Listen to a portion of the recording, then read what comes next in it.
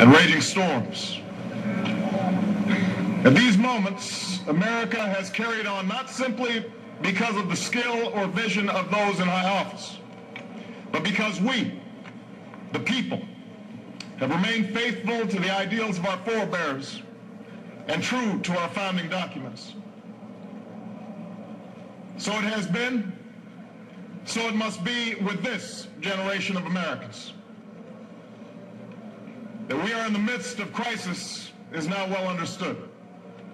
Our nation is at war against a far-reaching network of violence and hatred. Our economy is badly weakened, a consequence of greed and irresponsibility on the part of some, but also our collective failure to make hard choices and prepare the nation for a new age.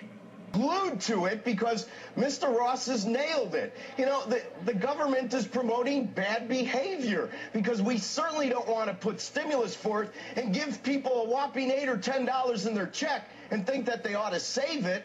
And in terms of modifications, I'll tell you what, I have an idea. You know, the new administration's big on computers and technology. How about this, President and new administration? Why don't you put up a website to have people vote on the internet as a referendum to see if we really want to subsidize the losers' mortgages, or would we like to at least buy cars and buy houses in foreclosure and give them to people that might have a chance to actually prosper down the road and reward people that could carry the water instead of drink the water. Hey, Rick, that's a novel idea. Hey, Rick, did you? What?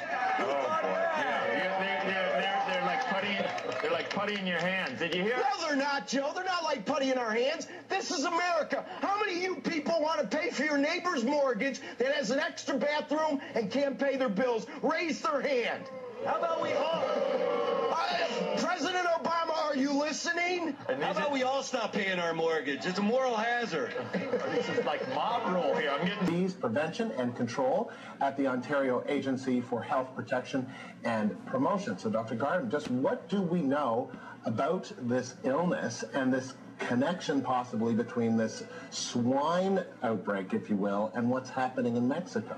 Yeah, I think that really is the big question that everybody is wondering about right now. Is there a link between what's happening in the southern U.S. and what's happening in Mexico? I think given the fact that the two are directly joined to each other, I think we need to start thinking about the possibility that these are all linked together.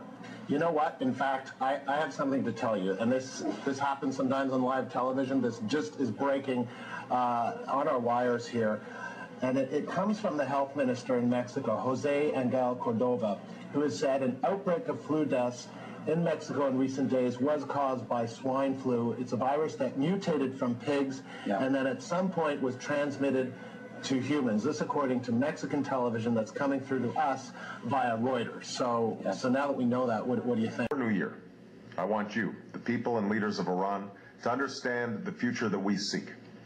It's a future with renewed exchanges among our people and greater opportunities for partnership and commerce. It's a future where the old divisions are overcome, where you and all of your neighbors and the wider world can live in greater security and greater peace. I know that this won't be reached easily. There are those who insist that we be defined by our differences. But let us remember the words that were written by the poet Sadi so many years ago. The children of Adam are limbs to each other, having been created of one essence.